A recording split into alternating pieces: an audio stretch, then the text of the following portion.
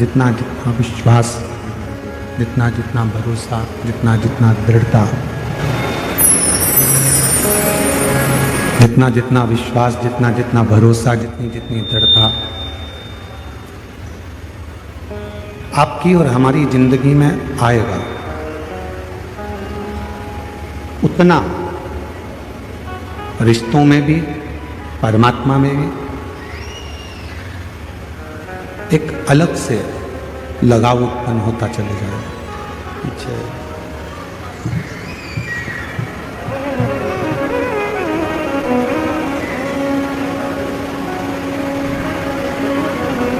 शिव महापुराण की कथा कहती है, भगवान शंकर का चरित्र कहता है, शिव तत्व कहता है।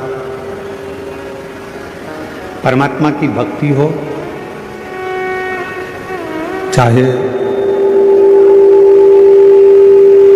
रिश्तेदारी हो, चाहे हमारे कोई संबंध हो, चाहे कोई हमारा मित्र हो, सखा हो, दोस्त हो, परिवार हो, ये कुछ भी हो, पर उसमें सबसे ज्यादा जरूरी है आपका विश्वास,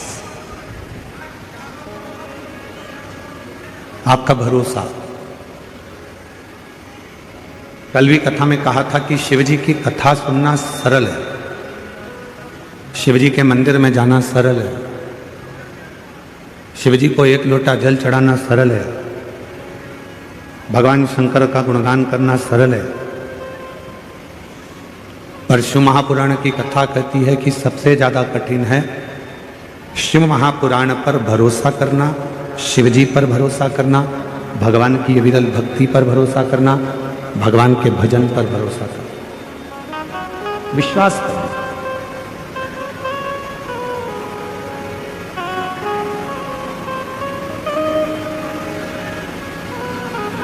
आपका भरोसा कितना है? आप शिव पर कितना विश्वास करते हो, कितना भरोसा करते हो, शंकर के कितने करीब आप पहुंचे हो, ये आपका विश्वास बताएगा। एक कथा शिव महापुराण की बड़ी सुंदर है।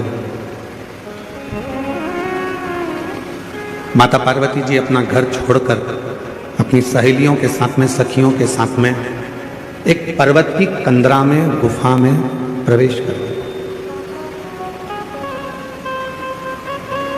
और उसी में माता पार्वती बैठकर शिव जी की साधना करने लगे, भगवान शंकर की भक्ति करने लगे। पहले तप करा, साधना करी, ध्यान लगाया। जब ये सब कुछ कर लिया, फिर माता पार्वती जी ने बेल के पान को, बेल के पत्र को, बेलपत्र को खाना प्रारंभ किया। फिर माता पार्वती जी ने बेल का पान, बेल का पत्ता खाना प्रारंभ किया।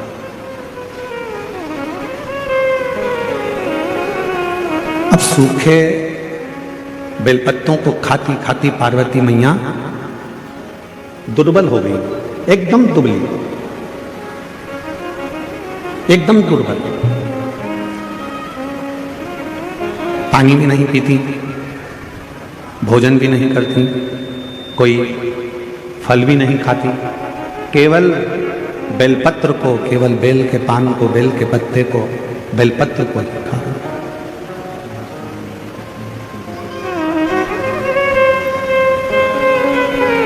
शरीर में उनका पूरा शाम हो गया, काला पड़ गया। और जब शरीर पूरा शाम कलर का हो गया, काला पड़ गया, सांवरा हो गया, शाम कलर का हो गया, तब मेरे देवाधिदेव महादेव उनकी परीक्षा लेने के लिए, थोड़ा ध्यान लगाना कथा में। और शिवजी उनकी परीक्षा लेने के लिए गए और भगवान शंकर ने जाकर कहा, पार्वती तुम शिव की आराधना कर रही हो, भगवान शंकर की साधना कर रही हो, शिव को भज रही हो, पर देवादिदेव महादेव तो कितने सुंदर हैं।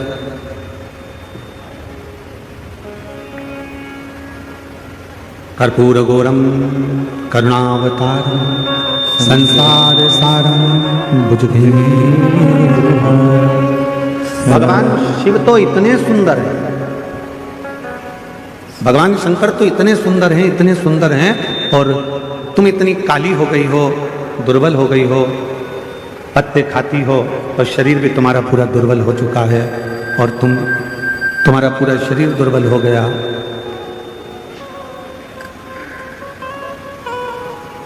और तुम्हारा शरीर पूरा दुर्बल हो गया, शरीर काला भी हो गया, दुर्बल भी हो गया।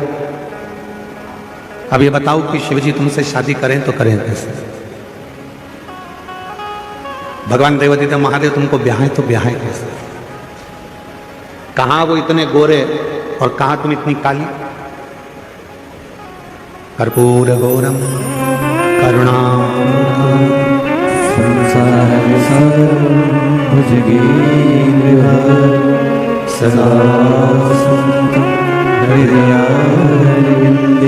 भवम भवानी सहितम।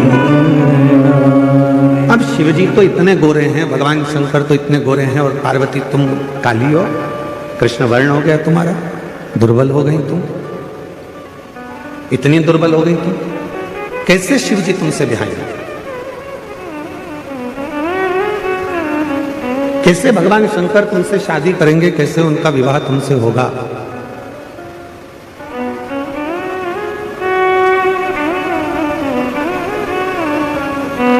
पार्वती जी ने हाथ जोड़े, जो देवादिदेव महादेव आए थे रूप बदल कर, स्वरूप बदल कर, पार्वती जी ने उनके हाथ जोड़े, और हाथ जोड़कर माता पार्वती जी बोली कि प्रभु,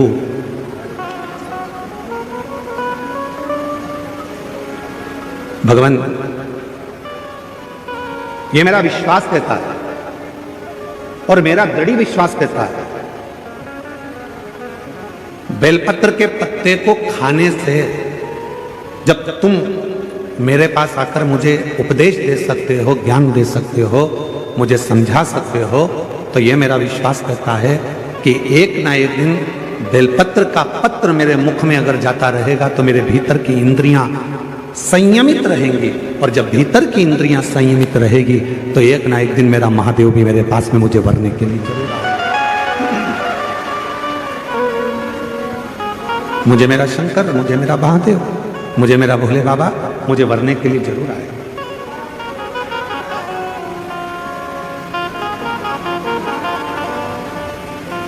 शिव महापुराण की उमा संहिता कहती है, शंकर जी पे चढ़ा हुआ जल का आचमन,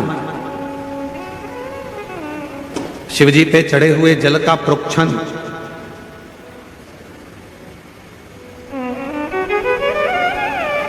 कायिक, वाचिक और मानसिक तीन तापों को नष्ट कर देता है।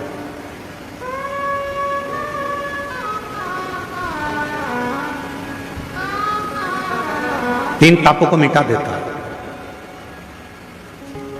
चाहे वो कायिक हो, चाहे वो वाचिक हो, चाहे वो मानसिक।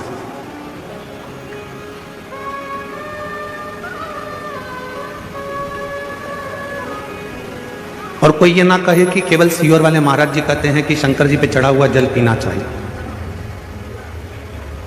हम आप सबसे कहेंगे, जितने आस्था चैनल पर सुन रहे हैं, जितने तीनों पंडालों में और पंडालों के बाहर जितने भक्त बैठे हैं, पीछे गेट के बाहर, इधर वहां जहां तहां भक्त बैठे हैं, उन सबसे एक बात कहेंगे, आप हमारी बात पर भरोसा मत करो, आप तो गीता प्रेस गोरखपुर की शिव महापुराण लेकर आओ और उस शिव महापुराणों को घर पर एक बार पढ़कर देखो। उसमें आपको मिलेगा कि शंकर जी पे चढ़े हुए जल का जो आचमन कर लेता है वो फिर संसार सागर में जन्म नहीं लेता, उसकी मुक्ति हो जाती है, मोक्ष।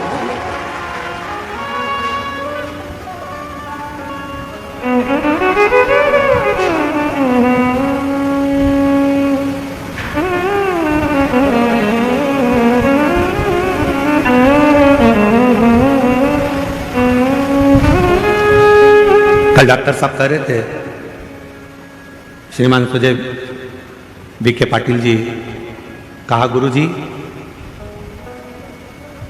जब पंडाल वाले को फोन किया गया और पंडाल वाले से कहा गया कि 5 लाख लोग एक साथ बैठ जाएं, ऐसा पंडाल बनाना है,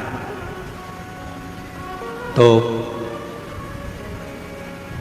पंडाल वाला बोला कि 5 लाख लोग पंडाल में आ जाएंगे। तो डॉक्टर साहब बोले, सुजय विखे पाटिल जी बोले, कहने लगे हाँ 5 लाख लोग आ जाएंगे। तो डॉक्टर साहब कल बता रहे थे कि जब ये 5 लाख भक्तों का पंडाल कल पहले दिन ही भरा गया तो पंडाल वाले को भी आश्चर्य हुआ कि इतने भक्त कैसे थे।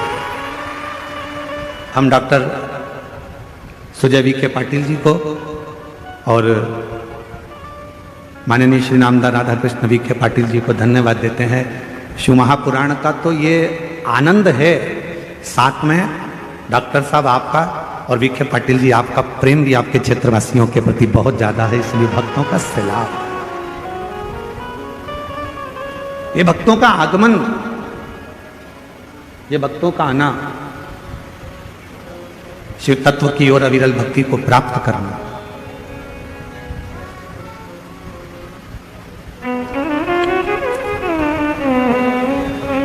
तुमरुका जी ने तो चंचुला देवी को कहा था कि चंचुला, शिव महापुराण की जो कथा है, शिव महापुराण की जो कथा है, ये कथा भी शिव को चढ़ा हुआ जल है, भगवान शंकर को समर्पित किया हुआ जल है। बाहर का रिटर्न आ रहा है पूरा चौंगों का।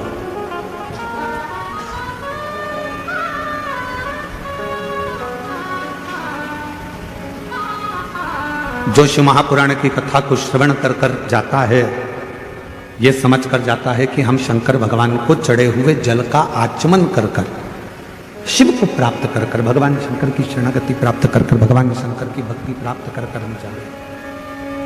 ये प्रेशर बढ़ाओ ना यहाँ का मंच का। हम शिव की अविरल भक्ति को प्राप्त कर कर जाते हैं।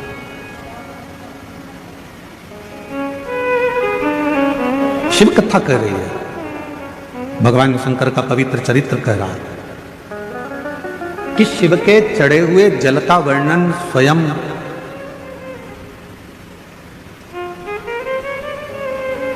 यमराज की जो धर्मपत्नी है, यमराज की जो धर्मपत्नी है जिसका नाम है धुमोरना। क्या नाम है उसका? धुमोरना। फिर से बोलो आप लोग, आवाज नहीं आई, डबल से बोलो, धुमोरना। ये यमराज की धर्मपत्नी, ये यमराज की धर्मपत्नी धुमोरना, धुमोरना।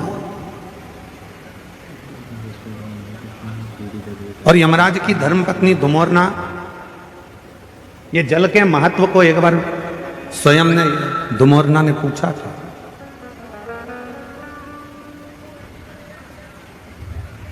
जल के महत्व को धुमोरना ने एक बार पूछा था। शिव महापुराण की कथा कहती है कि एक बार धुमोरना ने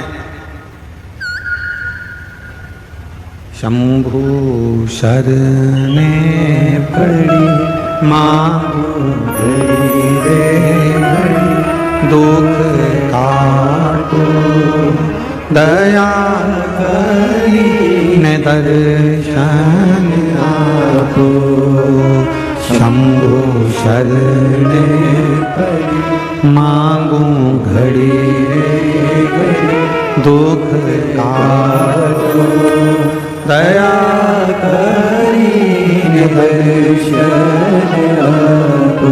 धुमोरना ने एक बार देखा यमराज की साक्षी में भैंसे को।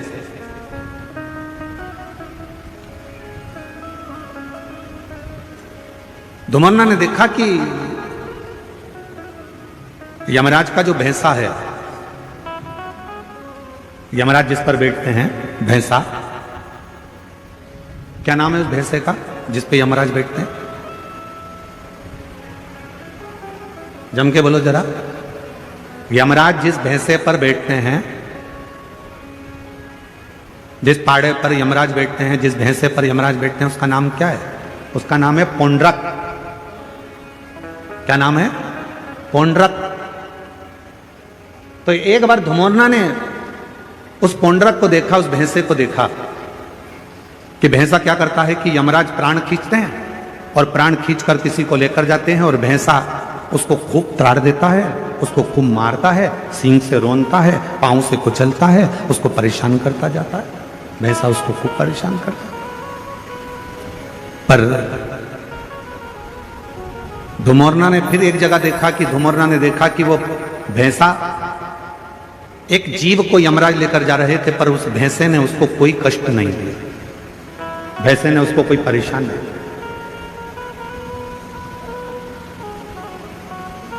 अब किसी को तो भैंसा मारता था और किसी को नहीं मारता था, किसी को कष्ट देता था, किसी को नहीं देता था।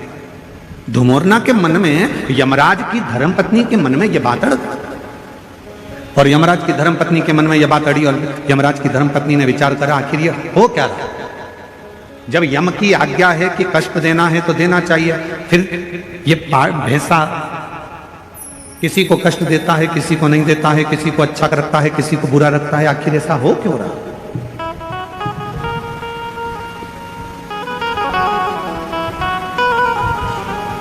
धुमोरना ने भैंसे को बुलाया और भैंसे को बुलाकर धुमोरना ने कहा, क्यों रे पुंडरक, ये बता कि किसी किसी को यमराज जब खींच कर लेकर जाते हैं, प्राण जब छूटते हैं, तो किसी को तो तू बहुत कष्ट देता है, किसी को तो तू खूब मारता है, कष्ट देता है, परेशान करता है, उसको खूब खूब रोनता है, पांव से भी रोनता है, सींगों से भी रोनता है, किसी किसी को तो बहुत कष्ट देता है। धुमोरना बोली कि पुंडरक, भैंसे, और किसी किसी को तू मारता ही नहीं है, कष्ट भी नहीं देता, आखिर ऐसा क्यों, किस लिए? तो भैंसे ने कहा धुमोरना से, माता जी, जब भगवान देवादिदेव महादेव का रुद्र अवतार हुआ, जब मेरे शंकर भगवान का अवतार हुआ और उनका रुद्र जो अवतार था, क्रोध का जो अवतार था, उस क्रोध के अवतार में मेरा जो जन्म हुआ है, मैं जो भैंसा बनकर पैदा हुआ हूं, वो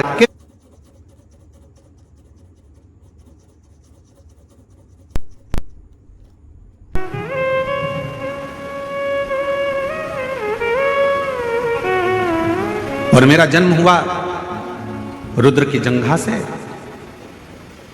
जब मेरा जन्म हो गया रुद्र की जंघा से, तो मैं समझ नहीं पाया कि मैं कहां जाऊंगा। तब देवादिदेव महादेव ने कृपा कर कर मुझे यमराज को दे दिया और मैं यमराज का सेवक बन गया। यमराज ने कहा कि तुम यदि मेरे पास में रहोगे तो मेरी आज्ञा का पालन करना पड़ेगा। तो देवादिदेव महादेव जी ने कहा कि यमराज को मैंने तुम्हें दिया है तो तुम्हें इसकी आज्ञा का पालन करना है, तुम आज्ञा का पालन करो। और यमराज की आज्ञा का पालन धुमोरना से भैंसा कहता है कि मैं करने लगा। पर शिवजी ने मुझे कहा कि ए पुंडरक, एक बात सुन, तू यमराज का भैंसा जरूर बनेगा, तू यमराज के पास जरूर रहेगा, पर एक काम करना, तुझे मैंने जन्म दिया है, मेरी जंघा से तू उत्पन्न हुआ है। रुद्र कहते हैं यदि कोई संसार का मनुष्य, पशु, पक्षी, जानवर, जलचर, थलचर, कोई मानव, उसके शरीर में अगर शिवलिंग पर चढ़ा हुआ जल, शंकर का चढ़ा हुआ जल यदि उसके शरीर पर कहीं लगा हो या उसके मुख में शंकर का चढ़ा हुआ जल पड़ा हो, तो उसे तू त्राण मत देना, उसे कष्ट मत देना, उसको सीधे मार्ग से लेकर, उसको तू त्राण मत देना, उसको तू कष्ट मत देना, उसको तू सीधे मार्ग से लेकर, उसको तू परेशान मत करना। पुंडरक भैंसे ने वचन दे दिया देवादिदेव महादेव को कि मैं वचन देता हूं रुद्रदेव, ये मेरा वचन है, जिसके मुख में शिव का चढ़ा हुआ जल होगा, जिसके शरीर पर शंकर का चढ़ा हुआ जल छीटा गया होगा, उसको ना यमराज परेशान करेगा, ना ये भैंसा परेशान करेगा, वो सीधे कैलाश धाम की ओर जाएगा। अब हम आपसे पूछें, उत्तर दीजिएगा जरा। जितनी मेरी शिरडी की जीजियां बैठी हैं, जितने मेरे जीजा बैठे हैं, सब उत्तर दें। मरने वाले व्यक्ति के मुख में कौन सी पवित्र नदी का जल दिया जाता है? जम के बोलो जरा। गंगा का। तुरंत जाओ जल्दी से गंगा का जल इसके मुख में डाल दो। कभी किसी ने पूछा अपने पूर्वजों से, अपने बुजुर्गों से कि मरने वाले के मुख में गंगा जल क्यों दिया जाता है? कभी किसी पवित्र व्यक्ति से पूछा कि मरने वाला व्यक्ति का जब उसको जब शमशान ले जाया जाता है तो उसके शरीर को गंगा जल डालकर पानी से नहलाया जाता है, साफ करा जाता है? कभी किसी ने अपने बुजुर्गों से पूछा कि मरने वाले के मुख में गंगा जल क्यों देते हैं? मरने वाले के मुख में गंगा जल क्यों दिया जाता है? मरने वाले के ऊपर गंगा जल का प्रोक्षण क्यों करा जाता है? गंगा जल क्यों छीटा जाता है? उसका एक कारण, रुद्रदेव ने जिस भैंसे पर यमराज बैठते हैं वो पौंड्रक भैंसा, रुद्रदेव ने उस भैंसे को कहा था अगर किसी के शरीर पर शिव का चढ़ा हुआ जल हो या मुख में शंकर का जल हो तो उसको तू यम की कैद मत देना। गंगा जल कहाँ चढ़ा है? शंकर की जटा पर। तो गंगा का जल कहाँ से निकलता है? शिव की जटा से। तो शंकर का चढ़ा हुआ जल ही गंगा जल है। इसलिए जब गंगा जल किसी को दे दिया जाता है, उसके शरीर में गिर जाता है, उसके मुख में पड़ जाता है, फिर वो त्राण नहीं भोगता है, उसे कष्ट नहीं, उसे परेशानी नहीं।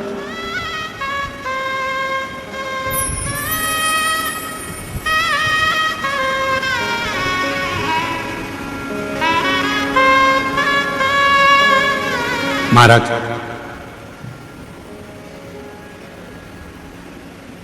पहले ऐसा नियम था, अब आजकल तो बहुत सारे नियम बदल गए। पहले कोई मानसरोवर जाता था तो मानसरोवर का जल लेकर आता था तो अपने आसपास में थोड़ा थोड़ा जल देता था। बोलो बोलो दीदी, सही है गलत है? कोई गोदावरी स्नान करने के लिए जा रहा है तो माँ गोदावरी का जल लेकर आ रहे हैं तो थोड़ा थोड़ा आसपास में बांट देते। कोई हरिद्वार गया, गंगा जी का जल भरकर लाया तो गंगा जी का जल आसपास में बांट देते। पहले ऐसा नियम था। अब बीच में लोगों ने ये नियम बंद कर कर गिफ्ट बांटना चालू कर दिया। हम केदारनाथ जी गए थे, तुम्हारे लिए गिफ्ट लेकर आए। हम हरिद्वार गए थे, तुम्हारे लिए गिफ्ट लेकर आए। हम शिरडी गए थे, तुम्हारे लिए गिफ्ट लेकर आए। फिर गिफ्ट का काम बंद हुआ तो लोगों ने फिर प्रसाद देना चालू करा। हम उज्जैन गए थे, तुम्हारे लिए प्रसाद लेकर आए। हम वहां गए थे, तुम्हारे लिए ये प्रसाद लेकर आए। हम तुम्हारे लिए ये प्रसाद लेकर आए। शिव महापुराण की कथा कहती है किसी मंदिर, देवालय, शिवालय या किसी तीर्थ का सबसे बड़ा प्रसाद होता है वहां की पवित्र नदी का कुंड का जल। वो जल जब हम अपने आसपास में देते हैं तो हमें हजारों हजारों तीर्थ का पुण्य फल प्राप्त होता है।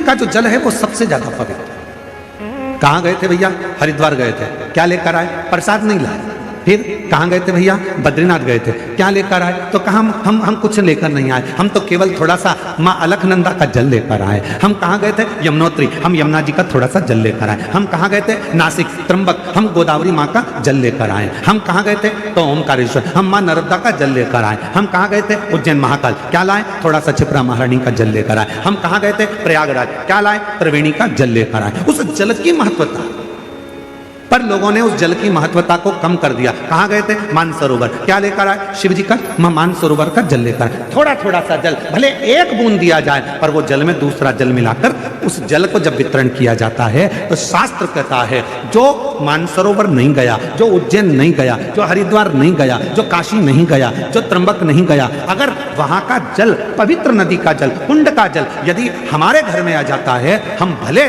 उस स्थान पर नहीं गए, पर वो जल का जब हम प्रोक्षण करते हैं, आचमन करते हैं, तो हमें उसी तीर्थ का पूरा पुण्य फल उसी क्षण प्राप्त हो जाता है। अब आजकल का जमाना थोड़ा दिखावे का हो गया, तो लोग कहते कहाँ गए थे साहब? तो कहा हम यहाँ गए थे, हम वहाँ से गिफ्ट लेकर आए। हम शिरडी गए थे, वहाँ से तुम्हारे लिए गिफ्ट लाए। हम वहाँ त्र्यंबक गए थे, गिफ्ट लाए। उज्जैन गए थे, गिफ्ट लाए। गिफ्ट नहीं,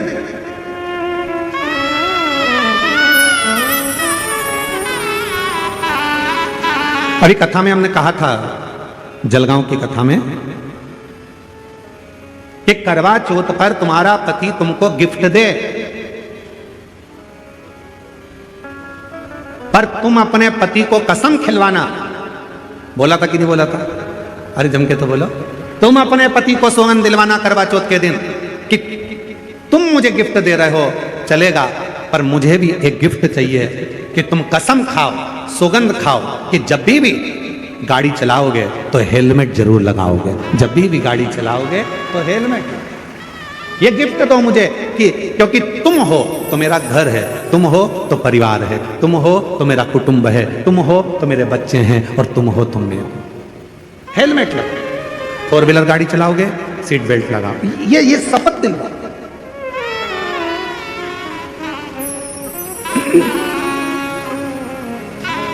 और मैंने तेरे ही भरोसे बाबा, तेरे ही भरोसे हवा बिच उड़ती जावांगी बाबा, डोर हथो छड़ी में कटी जावांगी।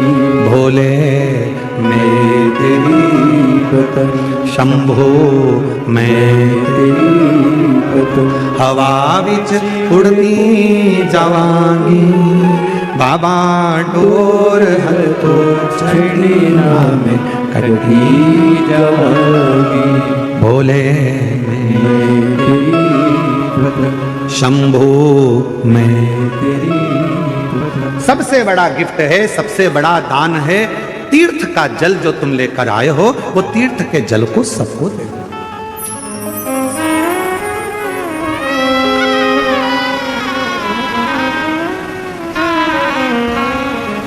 मुख में गंगा जल हो, ब्रज का बंसी बट हो, मुख में गंगा जल हो, ब्रज का बंसी बट हो, मेरा काशी वाला निकट हो, जब प्राण तन से निकले, मेरा काशी वाला निकट हो, जब प्राण तन से निकले। काशी वाला क्यों निकट हो?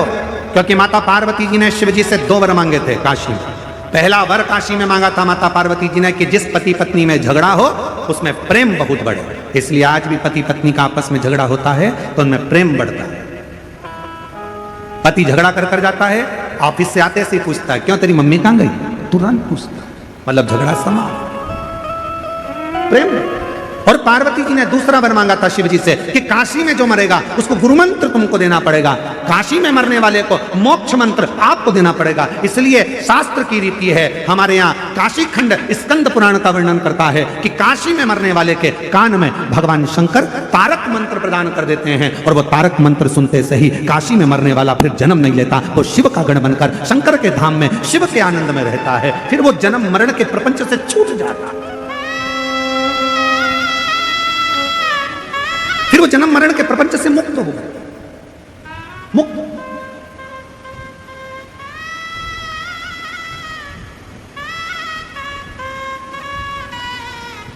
शिव महापुराण का काशी खंड कहता है, ध्यान, स्कंद पुराण का काशी खंड कहता है, कभी योग लगे तो स्कंद पुराण के काशी खंड को पढ़िएगा। मैं माननीय पाटिल साहब को बहुत बहुत इसके लिए धन्यवाद दूंगा, माननीय नामदास राधा कृष्ण वी.के. पाटिल जी को, डॉक्टर सुजय वी.के. पाटिल जी को मैं इस चीज के लिए धन्यवाद दूंगा कि काशी खंड में, स्कंद पुराण के काशी खंड में लिखा है, जो कार्तिक के महीने में भगवान शंकर की अविरल भक्ति करता है, जो कार्तिक के महीने में शिव महापुराण की कथा यदि एक बार भी श्रवण कर लेता है, उसको सहस्त्र अश्वमेध यज्ञ का फल तुरंत प्राप्त हो जाता है।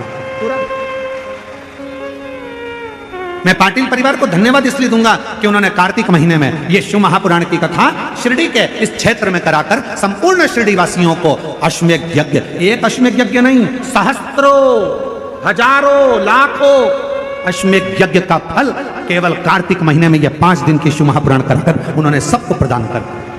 सब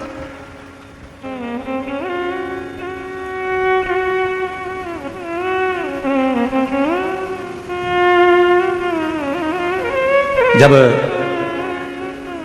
डॉक्टर सुजय वी.के. पाटिल जी कथा लेने के लिए सीहोर आए थे तो उस समय पर बता रहे थे, उनको 2-3 तारीख बताई गई, पर उन्होंने जो तारीख चुनी वो कार्तिक के महीने की चुनी। तो हमको भी आश्चर्य हुआ कि जरूर माता पिता के संस्कार इतने प्रबल है कि कार्तिक के महीने की अगर तारीख चुनी है तो उसमें फल, तो ये श्रेष्ठता हुआ।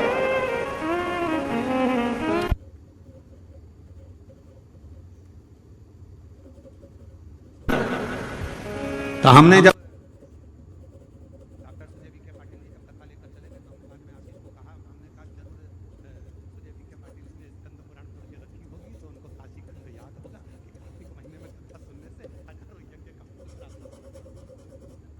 हमने कहा जरूर उनको ये बात का ज्ञान होगा कि कार्तिक महीने में एक कथा भी यदि कोई दिल से श्रवण कर लेता है, शिव नाम ले लेता है, शंकर का स्मरण कर लेता है, शिव नाम की स्तुति कर लेता है, शंकर का अविरल भक्ति को धारण कर लेता है, शिव महापुराण की कथा कहती है, भगवान शंकर का चरित्र कथा है। आप और हम तो अपने घर पर दिवाली मनाते हैं, 33 कोटि देवी देवता काशी के घाट पर, गंगा के घाट पर दीपावली मनाते हैं। काशी के घाट पर दीपावली का पर्व मनाया जाता है।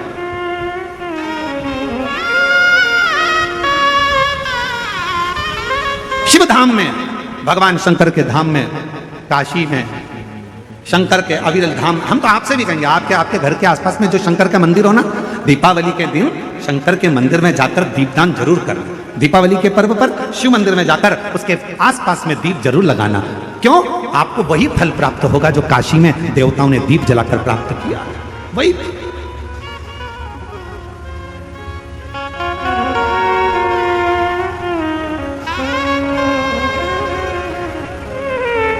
भगवान शंकर की अविरल भक्ति को धारण, शिव तत्व को धारण। और इस वर्ष जब आप 20 अक्टूबर को दिवाली मनाएं और 20 तारीख को जब आप दीपावली का पर्व मनाएंगे, हमारे यहां भी दीपावली कुबेरेश्वर धाम पर 20 तारीख की है, खजाना रहता है, ऐसा ही क्रम दीपावली पर्व का रहता है।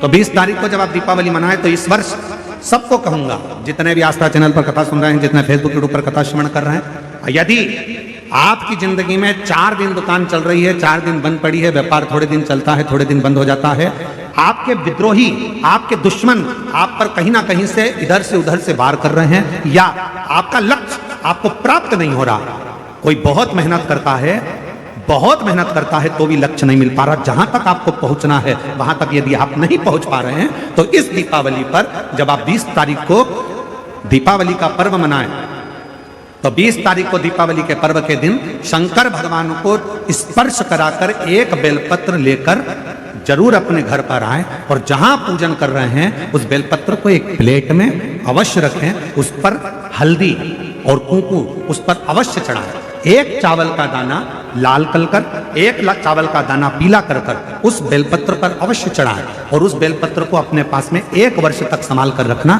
फिर अगले साल आप और हमें बताना कि उस बेलपत्र ने आपको मंजिल तक पहुंचाया कि नहीं पहुंचाया, आपको लक्ष्य प्रदान कराया कि नहीं। कई लोग रहते हैं, बहुत मेहनत करते हैं, बहुत परिश्रम करते हैं, सब चाहते हैं कि ये व्यक्ति इतने स्थान पर बैठे, इसको ये पद मिलना चाहिए, इसको ये कुर्सी मिलना चाहिए, इसको ये जगह मिलना चाहिए, इसको वहां तक पहुंचना चाहिए, इस व्यक्ति को तो इस पद पर पहुंचना चाहिए पर नहीं पहुंच पाता, इस व्यक्ति को तो वहां तक पहुंचना है पर ये नहीं पहुंच पाता। एक बेलपत्र का प्रयोग कर देते, अगले वर्ष बात करेंगे कि मेरे भोलेनाथ ने आपका हाथ पकड़कर आपको उस मंजिल तक भेजा कि नहीं भेजा।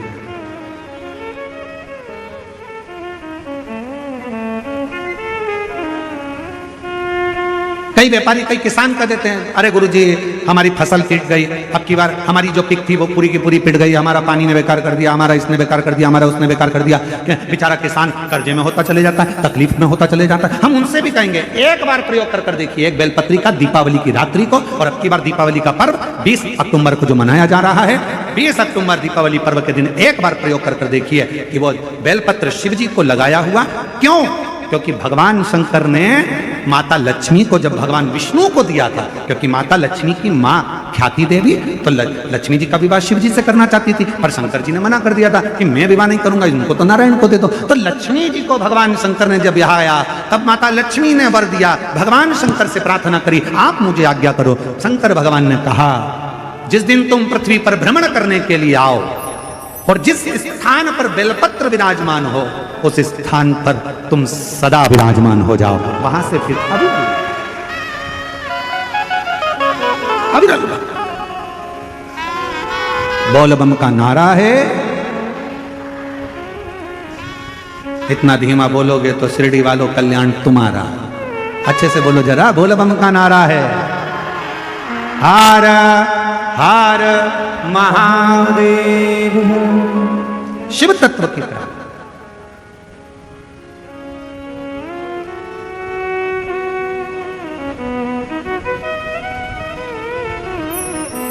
भगवान देवादिदेव महादेव के दरवाजे पर दीप अवश्य लगा। हमारे यहाँ कुबेरेश्वर धाम पर लोग दिवाली मनाने के लिए जब आते हैं, दीपावली पर्व के लिए जब आते हैं, खजाने के लिए जब आते हैं, तो भक्ति के साथ, अविरल भक्ति के साथ शिव तत्व को प्राप्त करने के लिए। और शिव क्या ना दे, भगवान शंकर क्या ना दे। तेरी कृपा बिना न हिले एक भी ले, विश्वास तेरी कृपा से तनु बखान क्या करूं मैं, राखों के ढेर का चपटी भगोत में खजाना कुबेर का। उसके स्पर्श मात्र राख का हो जाता है, स्पर्श मात्र एक भभूत का हो जाता है, तो वो भस्म भी करोड़ों का धन बन जाती है। वो भस्म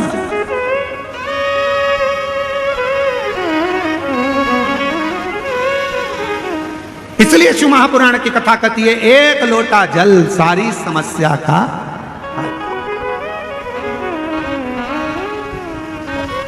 एक लोटा जल लेकर शिव मंदिर जरूर जा। वो कहे शिव महापुराण मध्ये एक लोटा पाणी घेऊन खूपचा महत्व आहे।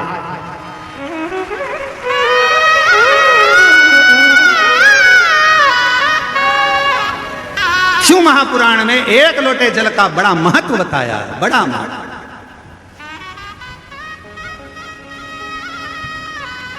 शिवपिंडीचा एक लोटा पानी घेऊन, तो जो एक लोटा जल शंकर की पिंडी पर जल चढ़ा देता है, उसका खूब खूब खूब खूब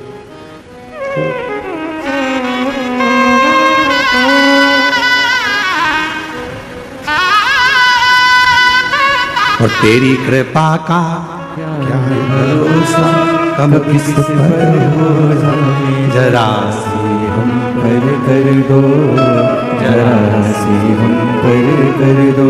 तेरी कृपा का क्या है भरोसा, कब किस पर हो जाए, जरा सी हम पर कर दो, जरा सी हम पर कर दो। जिस पर भी हो गई तेरी कृपा करुणा, वो भव पार हुआ, भव पार हुआ। पापी हो चाहे जितना, उसका भी बाबा उद्धार हुआ, उद्धार हुआ। गिद्ध अजामिल गणिका जैसे तेरे मन को भाए, जरा सी हम पर कर दो, जरा सी हम पर कर दो। तेरी कृपा का क्या है भरोसा, कब किस पर हो जाए, जरा सी हम पर कर दो, जरा पर कर दो। तेरी कृपा का क्या है भरोसा, कब किस पर हो जाए, जरा सी हम पर कर। ये उसकी उदारता, ये उसकी करुणा है, ये उसकी कृपा है,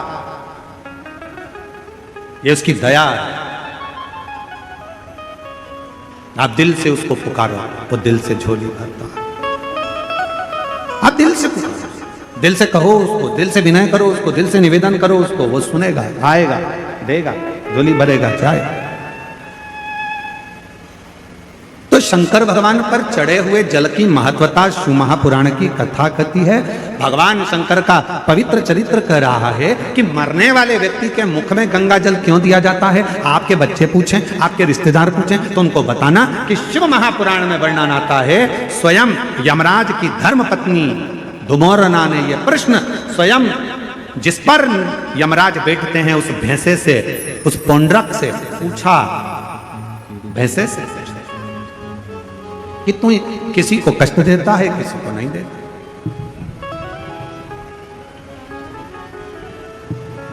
किसी को तो तू अच्छे से लेकर जाता है और किसी को रुला रुला कर लेकर जाता है। बात क्या है?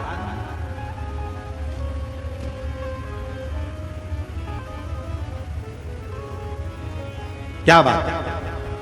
तो भैंसे ने कहा कि मैंने शिव जी ने, शंकर भगवान को मैंने वचन दिया, क्योंकि मेरे देवाधिदेव महादेव ने तो मुझे यमराज को दिया। आज अगर मैं यमराज के पास में हूं, यदि मैं यम के साथ में रह रहा हूं, तो इसमें शिव जी की कृपा है, मुझे शंकर भगवान ने करुणा कर दिया।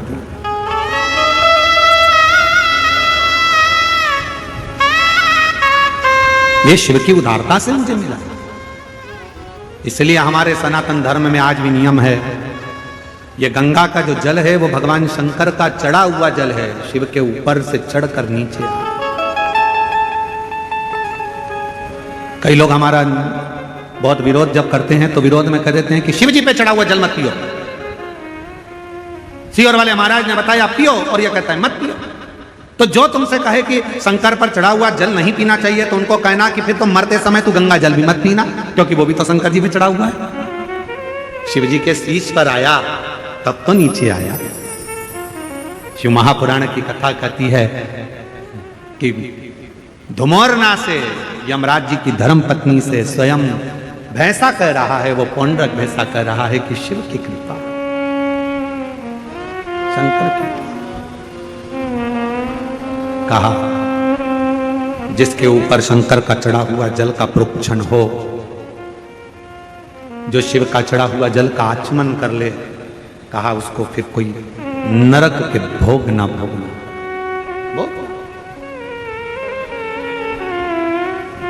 मुख में गंगा जल हो, ब्रज का बंसी बट हो। मुख में गंगा जल हो, ब्रज का बंसी बट हो। मेरा काशी वाला निकट हो, जब प्राण तन से निकले। मेरा काशी वाला निकट हो, जब प्राण तन से निकले।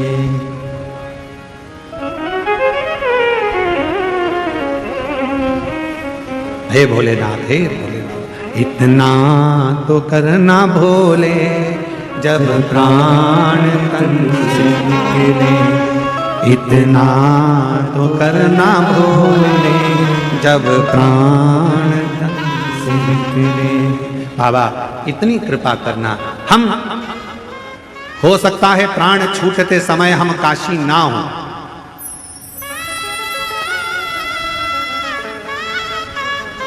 हो सकता है प्राण छूटते समय हम काशी ना हो, पर यदि हमने शंकर भगवान आपको एक लोटा जल चढ़ाया है तो इतनी कृपा जरूर करना, हम भले काशी में ना हो पर काशी वाला हमारे करीब में जरूर हो। ऐसी काशी वाला, ये कृपा करना, ये करुणा करना, ये दया करना।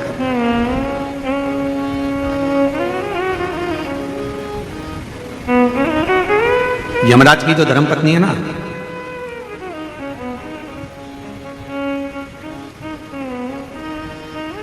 ये शिव की बड़ी उपासक है।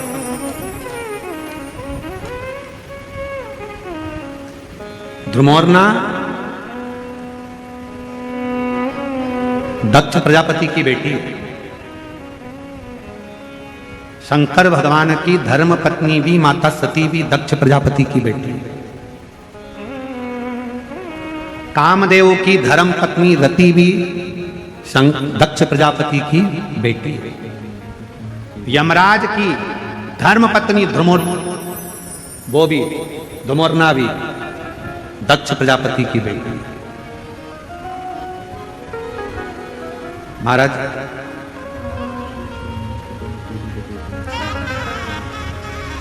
एक कथा बड़ी अच्छी आती है धुमोरना के विवाह की। बड़ा सुंदर प्रसंग आता है कि ध्रुमोरना ने अपने पिता दक्ष प्रजापति से निवेदन करा, और ध्रुमोरना ने अपने पिताजी से निवेदन करा कि मेरा जो हाँ विवाह करो, जो मृत्यु को जीत ले, जो मौत को विजय प्राप्त कर ले, जो मृत्यु पर विजय प्राप्त कर ले, उससे हमारा विवाह।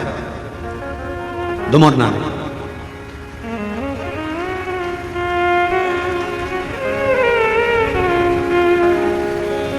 अपने पिताजी से कर रही है धुमोरना, दक्ष प्रजापति से कर रही है धुमोरना।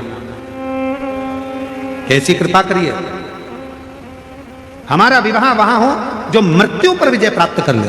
तो इतने में दक्ष प्रजापति ने विचार करा, ठीक है अगर आप ऐसा कहते हो तो आपके लिए हम वही वर ढूंढेंगे जो मृत्यु पर विजय प्राप्त कर ले। तो उनके लिए उसी समय पर दक्ष प्रजापति ने यमराज को लाकर खड़ा कर दिया। तो धुमोरना ने देखा कि यमराज इसका तो पूरा स्वरूप बड़ा कृष्ण है, काला है और भयंकर स्वरूप है। तो इतने में धुमोरना ने कहा कि पिताजी इनसे विवाह, तो कहा ये यमराज है, इससे विवाह कर लिया। धुमोरना ने अपने पिताजी का कहना माना, हां भर ली। शादी के मंडप में धुमोरना पहुंच गए। जरा ध्यान से सुनना, शादी के मंडप में धुमोरना पहुंच गए और शादी के मंडप में जैसे धुमोरना पहुंची, यमराज बाजू में पास में आकर बैठा और यमराज से धुमोरना ने मुस्कुराकर कहा कि आज मुझे बड़ी प्रसन्नता हो रही है कि मुझे जो पति मिला है वो मृत्यु पर विजय प्राप्त करने वाला है, मृत्यु पर विजय। इतने में तुरंत यमराज ने कहा, धुमोरना तुम्हें गलतफहमी हो रही है, मैं मृत्यु पर विजय प्राप्त नहीं करता हूं, मैं व्यक्ति को मृत्यु देता हूं। धुमोरना ने विचार करा कि मेरा विवाह के साथ हो रहा है जो मृत्यु प्रदान करता है, और मैंने तो अपने पिताजी से कहा था कि जो मृत्यु पर विजय प्राप्त करे मेरा विवाह उससे होना चाहिए। इतने में तुरंत यमराज ने कहा कि मृत्यु पर मैं विजय प्राप्त नहीं कर सकता, पर धुमोरना मृत्यु पर तो केवल एक है जो विजय प्राप्त कर सकते हैं, पर उनका विवाह माता सती के साथ, तुम्हारी बहन के साथ हो चुका है, और वो देव अधिदेव महादेव हैं जो मृत्यु पर विजय प्राप्त कर ले।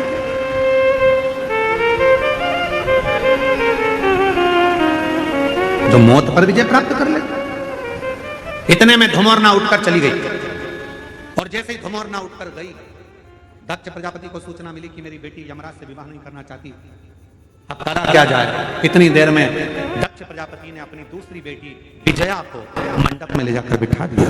शादी के मंडप में जैसी विजया बैठी, वैसे ही उसी समय, उसी पल, उसी घड़ी सती ने धुमोरना से पूछा कि बहन क्या बात है, तेरी शादी हो रही है, दूल्हा भी अच्छा है, वर अच्छा है, सब कुछ ठीक है, फिर तू शादी क्यों नहीं करना चाहती। धुमोरना ने कहा, मैंने अपने पिता दक्ष प्रजापति से वर मांगा था कि मेरा विवाह हो तो उसके साथ हो जो मृत्यु पर विजय प्राप्त कर ले, पर मेरे पिताजी तो विवाह कर रहे हैं जो मृत्यु की दंड देता है, मृत्यु की सजा देता है, उस यमराज से विवाह कर रहे हैं जो मौत देता है।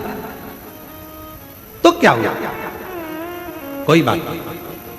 सती ने कहा कि तू चिंता मत कर धुमोरना, तू चाहती है कि मृत्यु पे विजय प्राप्त करने वाले से तू विवाह करे, तू उससे विवाह तो नहीं कर सकती क्योंकि तेरी बहन सती का विवाह देव अधिदेव महादेव से मृत्यु पर विजय प्राप्त करने वाले से हुआ है।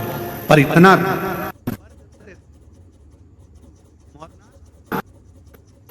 तेरा पति मृत्यु लोक में जाकर जिस व्यक्ति के प्राण को लेकर जाएगा यमलोक में, उस समय पर जिसके प्राण छूट रहे होंगे उसके मुख से यदि शिव का नाम निकल गया तो धुमोरना उसी क्षण तुझे शंकर का दर्शन हर पल हर घड़ी होता रहेगा, हर पल। और उसका वर क्या प्राप्त होगा, उसका फल क्या प्राप्त होगा। शिव महापुराण की कथा कहती है, श्री शिवाय नमस्तुभ्यं, ओम नमः शिवाय, ओम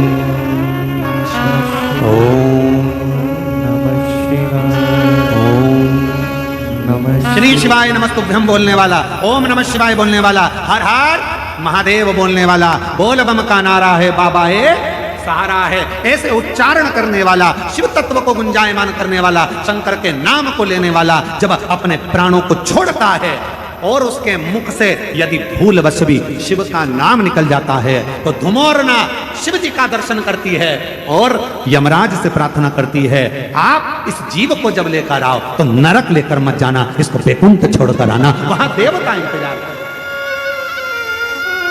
वहां देवता इंतजार कर।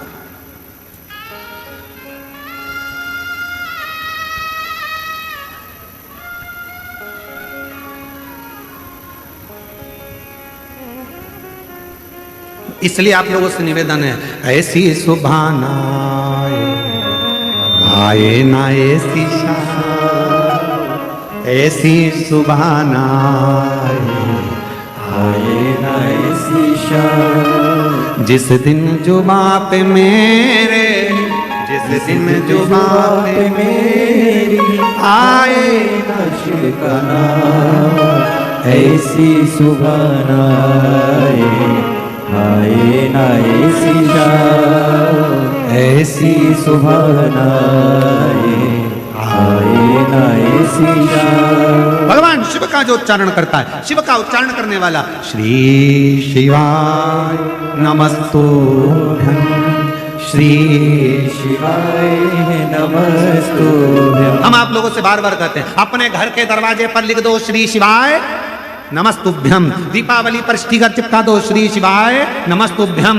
दरवाजे पर बंदरवाल बांध दो श्री शिवाय नमस्तुभ्यं। अगर कोई दरवाजे के सामने से निकल कर जा रहा होगा और मान लो उसका समय भी आ गया होगा, प्राण छूटने का भी समय आ गया होगा, तो दरवाजे पर यदि उसने भूल से भी पढ़ लिया तो वो नरक नहीं जाएगा, उसका परम पद वैकुंठ तक हो जाएगा। इसलिए श्री शिवाय नमस्तुभ्यं का स्मरण करो। कोई अपने काम के लिए जा रहा है, काम नहीं हो रहा, तुम्हारे दरवाजे पर पढ़ लेगा श्री शिवाय नमस्तुभ्यं, उसका राह खुल जाएगा, उसका कार्य सफल हो जाएगा। वो मंत्र का उच्चारण मूल है।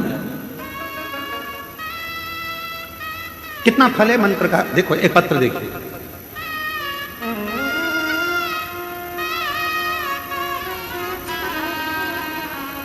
वनिता प्रताप सिंह परदेशी, गांव घोटी, तालुका इंगतपुरी, जिला नासिक, महाराष्ट्र से। कहीं बैठी हो हाथ हिला सकती हैं, और अगर बैठी हो तो एक बेलपत्र लेने के लिए आ सकते हैं। गुरुदेव हम 2022 से कथा सुन रहे हैं। हमारा लड़का प्रवीण 2023 से एमपीएससी की पढ़ाई की तैयारी कर रहा है, पर प्रवीण हर रोज उठकर मंदिर भी जाए, पर उसका सिलेक्शन जब नहीं हुआ तो हार गया। तब हमने उससे कहा, सियोर वाला बाबा कहता है कि मेहनत 4 गुना करो, मंदिर में साफ सफाई करो, शिव जी पर एक बेलपत्र जरूर चढ़ाओ, एग्जाम देने जाओ तो बेलपत्री पर शहद लगाकर शिव का भजन कर कर जाइए। पशुपति व्रत करा, तब हमने देखा तो भी जब उसको फल नहीं मिला तो उसका हिम्मत थोड़ा सा हारा। हिम्मत हारा तो हमने कहा पीछा मत छोड़ना बेटा, बाबा देगा जरूर। और तब हमने कहा कि एक बार कुबेरेश्वर धाम चल। हम उसको कुबेरेश्वर धाम ले गए। हमने कहा प्रवीण कुबेरेश्वर धाम लेकर चलो, और वहां जाकर बाबा का पूजन अर्चन करा। आज बाबा को धन्यवाद देती हूँ कि मेरे उस बेटे का सिलेक्शन हो गया और बेटा उच्च पद पर अधिकारी बनकर बैठ गया। मैं बाबा को यहाँ प्रणाम करने के लिए। एक पत्र देखिए बड़ा सुंदर।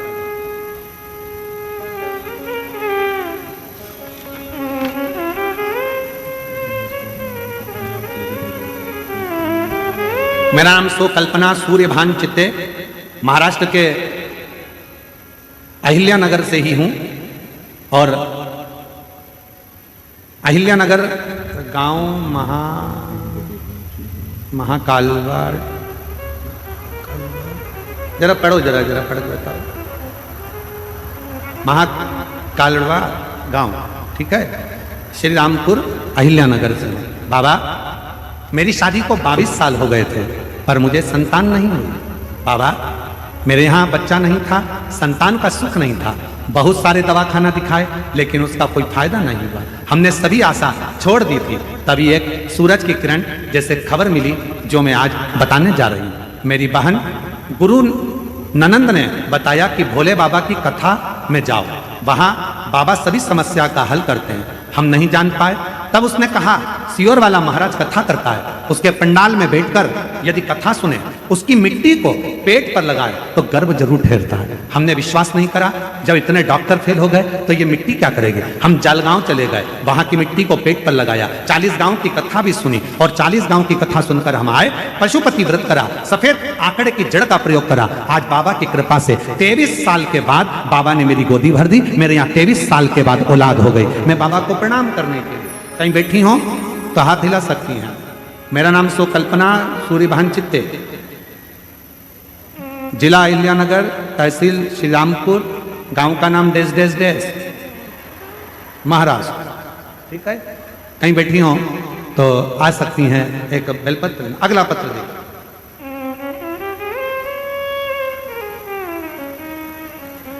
गुरुदेव मैं महाराष्ट्र के संगम नगर से रहने वाली हूँ। बहुत दुखी रहती थी गुरुदेव। मेरे बड़े बेटे के यहाँ 12 साल हो गए थे और 12 साल हो गए और उसके यहाँ कोई संतान की प्राप्ति नहीं हो रही थी। दोनों उसके जीवन से बहुत दुखी थे गुरुदेव। मुझे भी असफलता महसूस हो रही थी, तब समझ में नहीं आया। तब एक बार किसी बहन जी के कहने पर हमारी बहू को हमने पशुपति व्रत करवाया। शिव जी के मंदिर में रोज भेजना प्रारंभ करा। हमने सुना कि शिव महापुराण के पंडाल में जाकर जो भेटता है, जो मांगता है, उसको वो प्राप्त होता है। बहू को भेजा, परभणी कथा श्रवण करवाई और बाबा की ऐसी कृपा हुई, 2 बार पशुपति व्रत करे, 2 बार सफेद आंकड़े की जड़ का प्रयोग करा और बाबा की कृपा से हमारी बहू को जुड़वा बच्चे हुए, एक श्री एक शिवाय, दोनों 12 साल के बाद हुए। बाबा को मैं प्रणाम करने के लिए, कहीं बैठी हो तो अपने बच्चों को ला सकते हैं।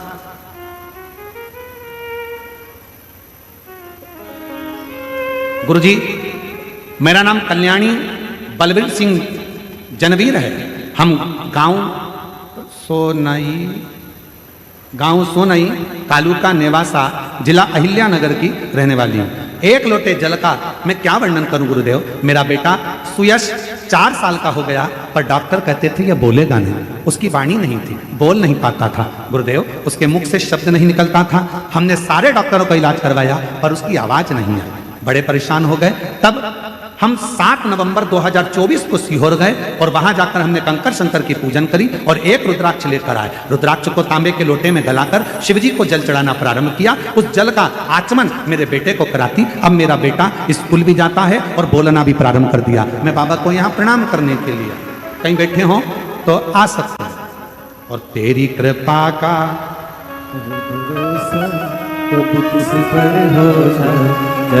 एक पत्र और बड़ा सुंदर है। कविता पाटिल शिरडी से हैं। मेरी शादी को 17 साल हो गए थे गुरुदेव, पर 17 साल से मुझे औलाद नहीं थी। मैंने कोई डॉक्टर ऐसा नहीं बचा जिसको मैंने इलाज ना करवाया। मैं शिरडी की रहने वाली हूँ बाबा, पर मेरे यहाँ औलाद का सुख नहीं था। तब किसी के कहने पर सफेद आंकड़े की जड़ का प्रयोग, पशुपति प्रयोग करना प्रारंभ करा और बाबा की ऐसी कृपा हुई कि अक्टूबर 2023 में बाबा की कृपा से मेरा गर्भ ठहरा और बाबा की कृपा से 2024 में मेरे यहाँ पर बच्चे ने जन्म लिया 17 साल के बाद। अगर कहीं बैठी हो तो आ सकती हैं अपने बच्चों के लिए। अब की बार सबसे ज्यादा पत्र बच्चों ही बच्चों के हैं।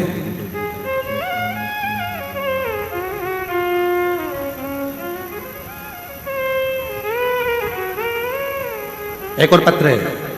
मनोज राय सोनी नासिक से हैं। 19 साल से औलाद नहीं थी। शादी के 19 साल हो गए थे, संतान का सुख नहीं था। बाबा की कृपा से फरवरी 2023 में 19 साल के बाद औलाद हुई है। जोरदार ताली बजाएं, कहीं बैठे हो तो आ सकते हैं। और तेरी कृपा का भरोसा अब किस पर हो जाए, जरा से हम पर कर दो, जरा से हम पर कर दो। जिस पर भी हो गई तेरी कृपा करुणा वो भव। शिरडी क्षेत्र की संतोष दत्तात्रेय ओढ़ी। गुरुदेव, मेरी 2 बेटियां हैं। पहली बेटी मेरी 22 साल की है और दूसरी बेटी मेरी 20 साल की है।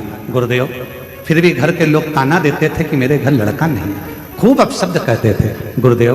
पर इतने साल के बाद क्या 22 साल की बेटी हो गई, 20 साल की एक और बेटी हो गई, क्या बच्चा हो सकता है? जब सबने मना कर दिया तब आपकी कथा से उम्मीद जमी और कथा के पंडाल में बैठकर बाबा से विनय करा, निवेदन करा और बाबा की कृपा से 20 साल के बाद मुझे पुत्र रत्न की प्राप्ति हुई। मैं बाबा को प्रणाम करने के लिए शिव शिव शंकर शंकर। अब आप लोग किस भाव से कथा सुन रहे हो?